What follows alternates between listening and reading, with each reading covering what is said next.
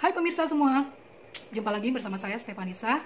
Ini saya minum teh campur jeruk, jadi agak asam-asam gimana gitu ya tadi ya. Dan ini sangat bagus untuk saat-saat ini ya. Kita harus banyak vitamin C-nya, dan juga mungkin karena teh dan kopi juga saya suka, jadi dicampur seperti ini tanpa gula ya. Jadi kebayangkan agak asamnya seperti apa, tapi jangan terlalu asam juga.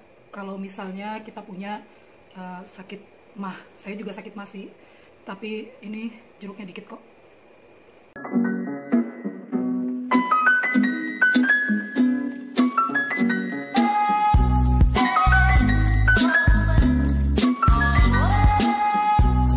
Itu yang terjadi di dunia ini tidak ada yang kebetulan, ya, tidak ada rekayasa tanpa seizin Tuhan. Jadi ini pun juga dibalik semuanya ini tetap ada seizin Tuhan, rencana Tuhan untuk kita. Intinya selalu untuk kebaikan kita sih, gitu. Saya mau sharingkan aja ada 5 alasan ya. Ini menurut saya mengapa hal ini terjadi dan Tuhan mengizinkan hal ini bisa terjadi gitu. Dan ada dampak dari musibah COVID-19 ini dalam kehidupan kita gitu ya.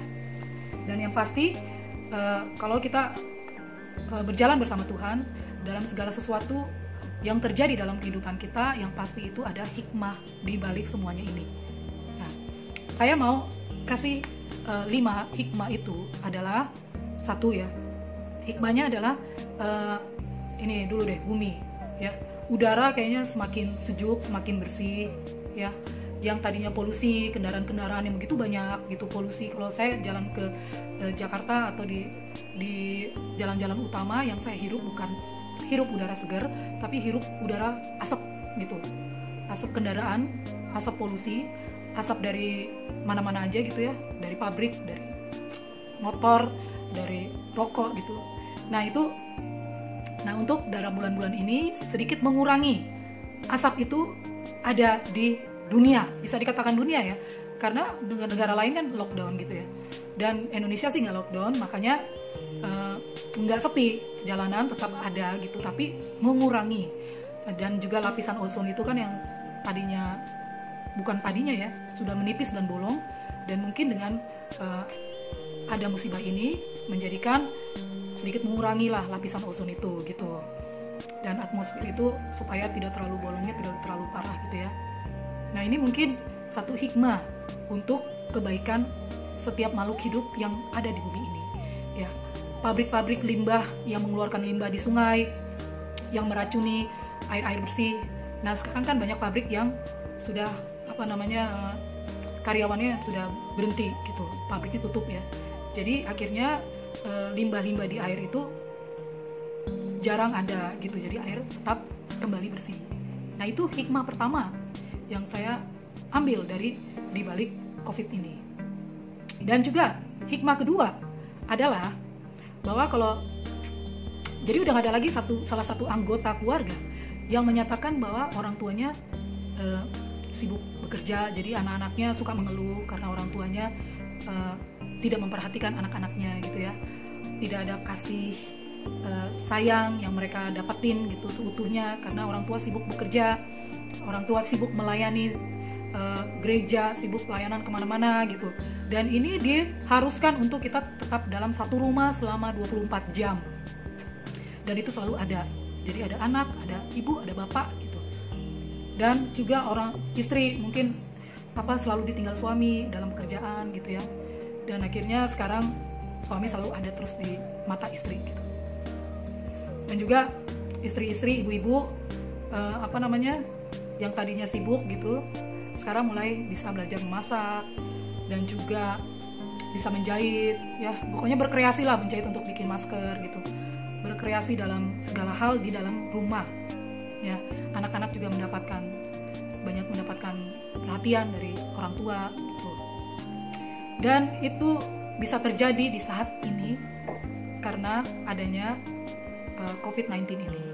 Dan itu adalah hikmah juga yang kita bisa ambil ya. Dan ketiga, jadi uang atau apapun tidak dipandang ya.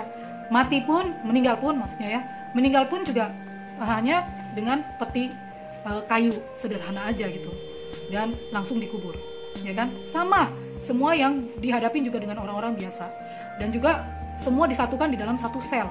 Tidak ada obat khusus ya untuk kesembuhan corona ini, hanya disuplai dari vitamin-vitamin, dari misalnya batuk katanya sih, yang saya baca-baca kan dapat berita-berita di WA ya, WA gitu ya, di sosmed. Obat-obatnya hanya misalnya kalau dia batuk dikasihlah obat batuk, sesak nafas dikasih ventilator gitu ya, dan semua itu secara prosedur semua dilakukan sama kepada semua orang gitu, tidak ada orang kaya orang miskin, semua sama. Nah ini ada hikmahnya gitu. Jadi di balik pandemik ini kita disatukan, derajat kita disatukan sama, dan meninggal pun sama, ditopang dengan orang yang sama, yang berpakaian putih gitu ya, yang kayak astronot katanya ya, itu sama semuanya. Jadi hikmah yang kita ambil adalah uang, semua kedudukan tidak ada jaminannya. Jadi akhirnya orang tambah rendah hati, orang mungkin tambah lagi menyadari bahwa kita tuh di mata Tuhan sama gitu, bukan di mata corona ya. Ya bisa juga sih di mata corona kita sama gitu, kedudukan dan derajatnya sama. Yang keempat adalah sepertinya kita nanti ke depan ya, sesudah pandemik COVID-19 ini berakhir, kita sepertinya menjadi orang yang berbeda ya, cara pandang kita jadi berbeda ya. Ya itu sih saya yakin kalian semua juga, pemirsa juga bisa mengalami seperti ini, karena yang saya lihat kan sekarang ini kan banyak di sosmed tuh banyak orang yang sudah berbagi gitu ya, berbagi rezekinya, dia ada rezeki seberapa berbagi. Dan juga ada yang orang-orang sederhana sekalipun, mereka karena masih punya beras, yang saya pernah lihat di video ya, nenek-nenek gitu ya, yang sudah rumah masih sederhana, tapi dia nggak mau menerima beras bantuan itu, dia lebih memberikan lagi kepada yang membutuhkan gitu. Dan akhirnya orang-orang yang lebih punya dari dia jadi sepertinya malu gitu ya, melihat dari postingan nenek tersebut. Dan juga saya lihat juga ada di berita di TV, apa namanya itu, saya salut tuh, yang di NTT ya, itu banyak sekali oma-oma gitu ya, dia tidak mau menerima bantuan, walaupun hidupnya dia sederhana, bahkan sangat sederhana. Saya melihat beritanya loh di TV, mereka tidak mau menerima bantuan itu karena mereka bilang ada di firman Tuhan, kalau tidak bekerja lebih baik tidak makan. Jadi mereka berpatokan bahwa mereka harus bekerja baru mereka dapat menerima hasilnya, seperti yang ada di firman Tuhan, tidak bekerja tidak boleh makan. Itu yang mereka katakan. Saya lihat sendiri di berita Metro TV waktu itu siarkan, dan saya salut dengan mereka, walaupun sebetulnya konyol juga sih, karena mereka kan juga hidupnya sangat sederhana ya, tapi mereka tidak menerima karena ya itulah, akhirnya kita yang menonton jadi malu sendiri nih, kalau yang punya perasaan ya, jadi malu sendiri, karena kita sebetulnya masih bisa sih untuk membeli bahan-bahan itu, sembako, tapi kita juga menerima. Padahal maksudnya begini loh, kan ini kan luas ya, yang harus dibantu tuh banyak sekali, bukan hanya kita aja gitu, yang harus dibantu tuh terlalu banyak. Pemerintah harusnya banyak sekali membantu orang. Jadi sebetulnya yang harus diutamakan untuk saat-saat ini adalah orang-orang yang lebih di bawah kita, yang lebih membutuhkan gitu di bawah kita. Jadi mungkin dengan ada peristiwa ini, yang tadinya ya, yang awal-awalnya terlihat sangat jelas bahwa keegoisan manusia itu begitu terlihat ya, karena kan waktu awal-awal baru-baru itu kan mereka beli semuanya sampai hand sanitizer mereka borong, tisu mereka borong, terus masker mereka borong. Itu menandakan bahwa terlihatlah manusia-manusia yang berduit ya, yang borong itu kan ya pasti yang ada duit kan. Nah, mereka itu sangat egois. Terlihat kejelasan dari pribadi manusia bahwa manusia itu ada egoisnya. Ya, mereka mengambil semuanya tanpa melihat orang yang lain yang memerlukan. Walaupun cuma sedikit aja, tapi mereka perlu sebetulnya.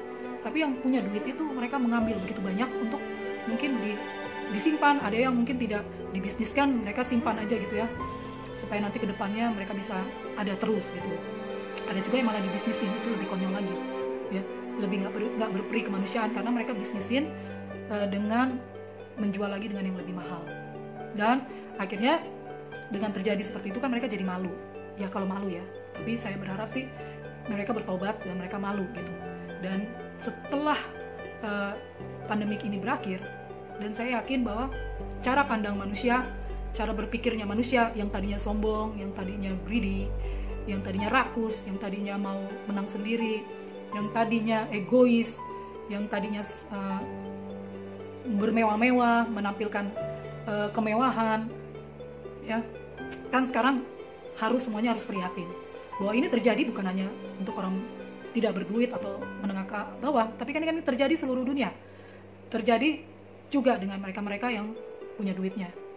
Dan setelah pandemi ini berakhir, saya yakin cara pandang mereka akan berubah. Mereka akan menjadi lebih bijaksana, mereka akan lebih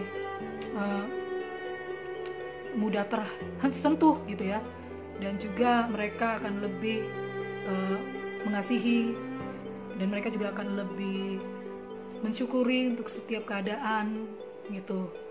Karena kesehatan semuanya itu juga tidak bisa dibeli dengan harta, tapi mereka akan menjadi lebih baik ke depannya. Itu sih yang saya harapkan, dan juga mungkin pemirsa juga harapkan seperti itu ya. Nah, yang kelima adalah gereja. Agak sensitif sih ya ngomongnya ini ya. Cara pandang orang berpikir bahwa hanya di gereja saja ada hadirat Tuhan, dan Tuhan hadir di dalam gereja, ya kan? Tapi ternyata bukan seperti itu yang Tuhan mau. Nah, mungkin dengan adanya COVID-19 ini ya, ada hikmah ya yang Tuhan mau bicarakan buat kita, mau nunjukin gitu, bahwa dimanapun saja, di rumah kita pun itu adalah gereja. Karena kalau kita baca di Matius 18 ayat 20, itu Yesus yang bicara ya. Sebab di mana 2-3 orang berkumpul dalam namaku, di situ aku ada di tengah-tengah mereka. Nah, jadi dimanapun, itu Yesus loh yang bicara. Jadi hadirat Tuhan ada di mana-mana. Di mana kita ada 2-3 orang, kita berdoa, bersekutu. Di rumah ini pun gitu. Ini rumah ini juga gereja. Hati kita, diri kita pun itu adalah gereja. Itu yang Yesus katakan. Jadi paradigma yang selama ini yang kita pikir bahwa gereja itu adalah hadirat Tuhan ada di dalam gereja. Padahal gereja itu adalah gedung. Buktinya saat ini gereja tidak menjamin kok kita gitu. Itu hanya gedung mati. Ya, gereja itu adalah diri kita. Gereja itu adalah 2-3 orang berkumpul dalam namaku, di situ aku hadir. Ya. Jadi Tuhan mau kita untuk selalu menjadi orang yang dewasa rohani. Ya, yang terus diperbarui dari hari ke hari. Oke pemirsa semua, terima kasih sudah menyaksikan sharing-sharing saya ini. Ini kan kita hanya saling bertukar pikiran ya, saling men-sharekan hal-hal yang baik gitu. Saya pun juga tetap mendengar juga hal-hal yang baik dari banyak sumber gitu ya, di sosmed gitu. Jadi kalau ada pemirsa yang mau kasih saran atau kasih pendapat atau komen, bisa komen di paling bawah ya. Komen apa aja lah, gak apa-apa, ntar saya bales. Sambil mendengar saya, pemirsa juga bisa kasih tik like, kasih tik subscribe juga di konten saya ini. Terima kasih pemirsa, sambil minum lagi. Kita akan bertemu lagi di video-video selanjutnya. Bye, God bless you all.